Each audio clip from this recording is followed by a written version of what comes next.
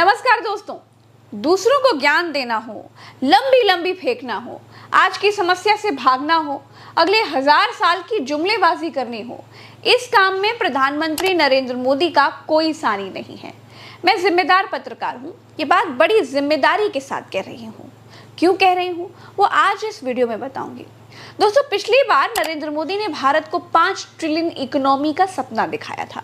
अब महामानव जी 5 trillion economy का सपना तो छोड़ दीजिए, नाम तक नहीं लेते हैं। अब नया जुमला निकाल करके लाए हैं, कहते हैं कि देश को वर्ल्ड की टॉप 3 अर्थव्यवस्था अगले 5 साल में बनाऊंगा।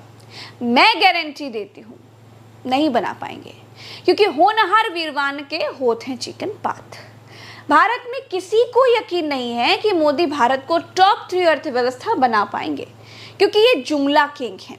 पहले यही कहते थे कि चाइना को देखो, शिक्षा पर 20% खर्च करता है। भाई, कांग्रेस की सरकार ने 7% का सपना देखा और 4% पर अटक गए। तो उन्होंने अपने बजट में से 20% जीडीपी का 20% उन्होंने उसके बाद शिक्षा को प्रायोरिटी दी। हमारे देश ने 7% का सपना देखा, 4% पर अटक। अब महामानव का भी शिक्षा का बजट देख लीजिए। आप इस सूची को देखिए, गौर से देखिए, कैसे मोदी सरकार ने अपनी सरकार में शिक्षा का बजट कम किया है। क्यों भाई, जुमलेबाजी करने में तो आप सबसे आगे रहते हैं। खुद की सरकार में शिक्षा के बजट का ये हाल कर दिया। कांग्रेस का औसत शिक्षा पर खर्च करने का बजट 4% के आसपास था, और महामानव की सरकार देखिए कैसे 2.82% के साथ देश को अंगूठा टेक बनाने को आतुर है। सरकार बचाओ बजट के बाद भी बजट पर इनका प्रवचन सुनिए जरा। अरे, बड़े से बड़ा जुमलेबाज शर्म के मारे संन्यास ले ले। इस बजट से शिक्षा और स्किल को नई स्केल मिलेगी। क्योंकि बजट सत्र चल रहा है दोस्तों, इसलिए आप संसद चलिए। ओम बिरला स्पीकर हैं, लेकिन संसद में बर्ताव बीजेपी प्रवक्ता वाला कर रहे हैं। जी हाँ, मोदी जी अगर उनको स्पीकर की जगह से हटाकर बीजेपी प्रवक्ता बनाते तो शायद वो और बेहतर काम कर सकते थे। ये उई उई पुई पुई पुई वाले संबित पात्रा को भी रिप्लेस कर सकते थे। संसद में बात चल रही थी बजट पर। टीएमसी सांसद अभिषेक बनर्जी बोलने के लिए खड़े हुए। उन्होंने बजट पर बोलते हुए नोटबंदी का जिक्र किया, क्योंकि देखिए, नोटबंदी नरेंद्र मोदी के मचलते दिमाग की फर्जी उपज थी। देश पर अपने मनोरंजन के लिए थोपा गया एक अभिशाप था। ये बात ओम बिरला जी को भी बड़े ठीक से मालूम है। इसीलिए जैसे ही अभिषेक बनर्जी ने बजट की बात करते करते जीडीपी की बात बताने लगे, जीडीपी का सत्यानाश कैसे नोटबंदी ने किया, जैसे ही उन्होंने ये बात कही, ओम बिरला ने कहा बजट पर बोलिए, नोटबंदी पर मत बोलिए। लेकिन अभिषेक बनर्जी ने ऐसा जवाब दिया कि ओम बिरला के चेहरे की हवाइयां उड़ गईं दोस्तों। Now I come to the last letter. Sir, T. माननीय T सदस्य, for प्लीज। tragedy. माननीय Sir, सदस्य, T for tragedy. माननीय सदस्य, आप वर्तमान बजट पे बोले। 2016 के बाद तो 2019 नहीं। सर, मैं जवाहरलाल नेहरू का बात वो लोग बोलेगा। सर, जवाहरलाल नेहरू का बात वो लोग बोलेगा। कोई 60 साल पहले जवाहरलाल नेहरू का बात करेगा, दूसरे नेताओं का बात करेगा, तब आप कुछ नहीं बोलेंगे। सब बोलते मैं हैं। 5 साल पहले का डिमोनेटाइजेशन का बात सब बोलते करूंगा तो आप कहेंगे भाई वर्तमान इशू पे बोलिए। बजट सर, पे। ये बजट पे। पक्षपात नहीं चलेगा सर। बजट पे मैं बजट पे ही बोल रहा हूँ। जब विप्लव देव बोल रहा था तब 100 साल पुराना बात कर रहा था, 50 साल पुराने इमरजेंसी का बात कर रहा था, तब आप चुप थे। और अब मैं डिमोनेटाइजेशन का बात कर रहा हूँ, आपको चुप रहे। वाह सर, वाह। बोलिए अपनी बात पे। D for tragedy.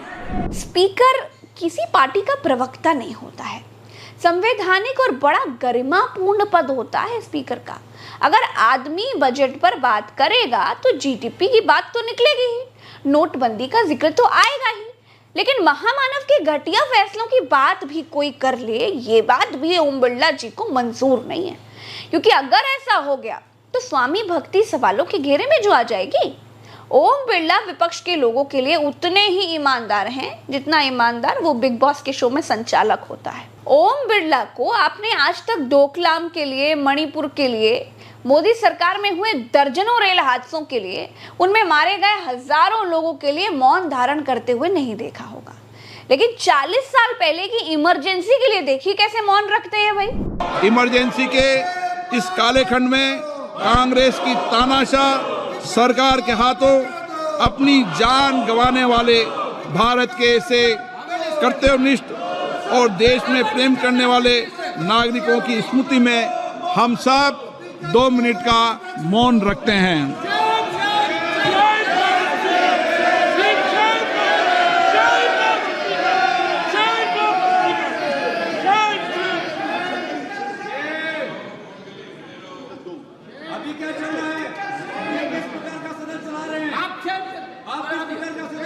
Om Shanti. Om Birla चाहे तो देश हित में अघोषित जज की भूमिका निभा सकते हैं, देश में युवाओं के साथ हो रहे अन्याय पर स्वतः संज्ञान ले सकते हैं, लेकिन युवाओं का विषय उठते ही सरकार को बचाने के लिए मार व्याकुल हो उठते हैं। और कभी भी सारे एग्जामिनरों पर सवाल उठाना सदन के लिए उचित नहीं है।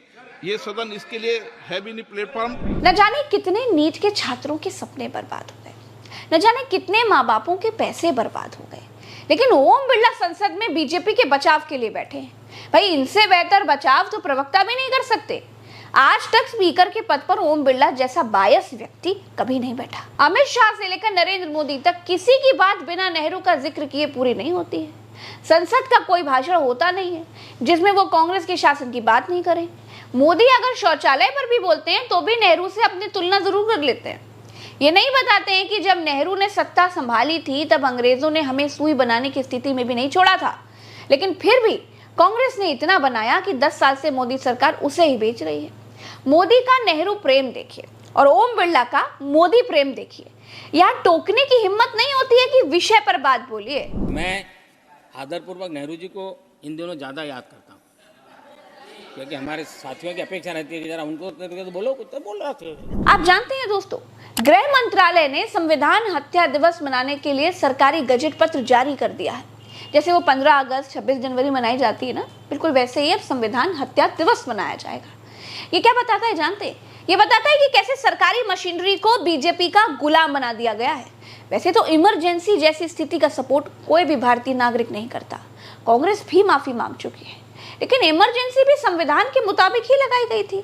तो फिर संविधान की हत्या कैसे हुई? जो देश चलता ही संविधान के भरोसे रहा हो, जहां प्रधानमंत्री से लेकर स्पीकर तक सब संविधान से ही बन रहे हो, जिस देश में संविधान को विपक्ष ने जिंदा रख रखा है, उस देश में संविधान हत्या दिवस आखिर कैसे मनाया जा सकता है? और इसीलिए हाई कोर्ट में इस सरकारी आदेश को चुनौती दी गई है। इलाहाबाद हाई कोर्ट ने केंद्र सरकार से जवाब मांग लिया है। अधिवक्ता संतोष कुमार दोहरे ने अधिवक्ता ब्रजमोहन सिंह के माध्यम से दायर जनहित याचिका को मुख्य न्यायाधीश अरुण भंसाली और न्यायमूर्ति विकास की खंडपीठ के सामने सूचीबद्ध कराया।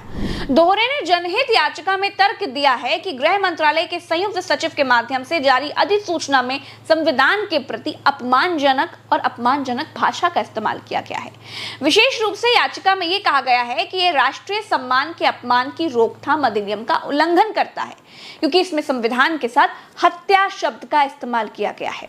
यह तर्क दिया गया है चूंकि आपातकाल की घोषणा संविधान के प्रावधान के तहत थी, इसीलिए केंद्र ऐसी घोषणा जारी नहीं कर सकता।